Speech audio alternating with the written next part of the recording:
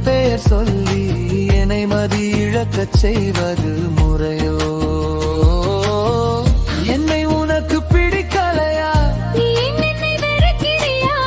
உண்மை சொல்லாது ஊமையா நீ இருந்து பொன்னை கொண்டு ஏனடி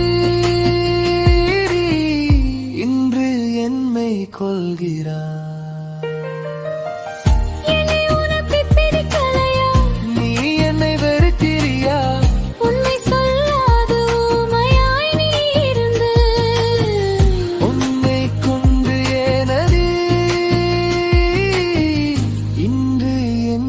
கொள்கிறார்.